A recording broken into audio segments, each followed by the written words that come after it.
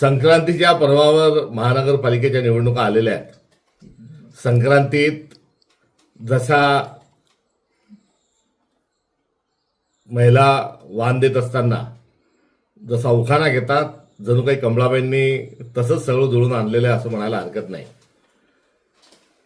खेळी नुरा कुस्ती मित्रांसोबत केल्या विकासाच्या बाता. कमळाबाई म्हणते चला आता लोकशाहीचा गळा कापा. या अनुषंगाने या निवडणुका संपन्न झाल्या. नगरपालिका आणि नगर परिषदेच्या निवडणुकीचाच कित्ता हा याही निवडणुकीत गिरवला गेला. उलट पक्षी एक पायरी वर चढत असताना नगरसेवक नफोद आणण्याचं एक कुटील डाव देखील या निवडणुकीमध्ये सत्ताधाऱ्यांनी हा यशस्वी केलेला आहे. काँग्रेसने याही निवडणुकीत सर्वात जबाबदार विरोधी पक्ष ही भूमिका आणि सर्वात मोठा विरोधी पक्ष ही भूमिका ही पार पाडलेली आहे. 350 नगरसेवक एकूण आमचे महानगरपालिकेमध्ये निवडून येतील. 5 ठिकाणी आम्ही सत्तेत बसू तर 10 ठिकाणी आमची सत्तेत भागीदारी ही राहील. आमच्याशिवाय सरकार होऊ शकणार नाही अशी एकंदर महाराष्ट्रातली परिस्थिती आहे.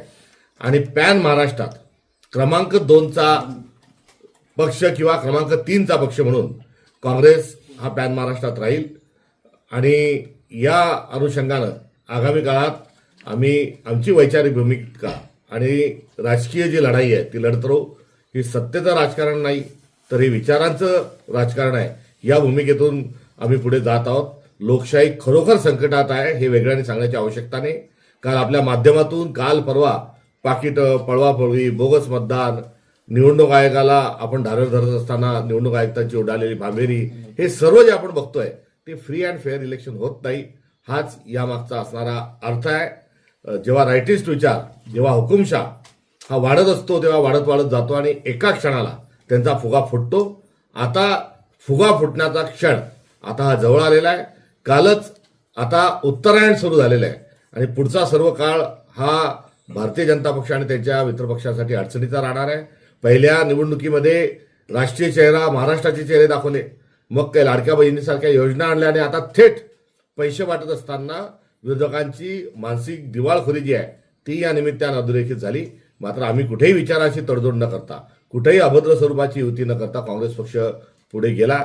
आमच्या तमाम लढलेल्या सर्व नगरसेवकांचं मी अभिनंदन करतो. कारण ही लढाई जिंकण्यापेक्षाही लढणारा कार्यकर्ता हा पक्षाला अधिक महत्वाचा आहे. अशा तमाम कार्यकर्त्यांचं मी अभिनंदन करतो. मला अभिमान आहे की काँग्रेस पक्षामध्ये तडजोड न करता लढणारे आणि भाजप आणि त्यांच्या मित्रपक्षाच्या बुलडोजर समोर जमिनीत पाय रोवून उभे राहणारे कार्यकर्ते काँग्रेसमध्ये आहे. याचा सार्थ अभिमान आहे. मिळालेले यश हे निश्चित स्वरूपाचं हे सर्व कार्यकर्त्यांचा हा विजय आहे.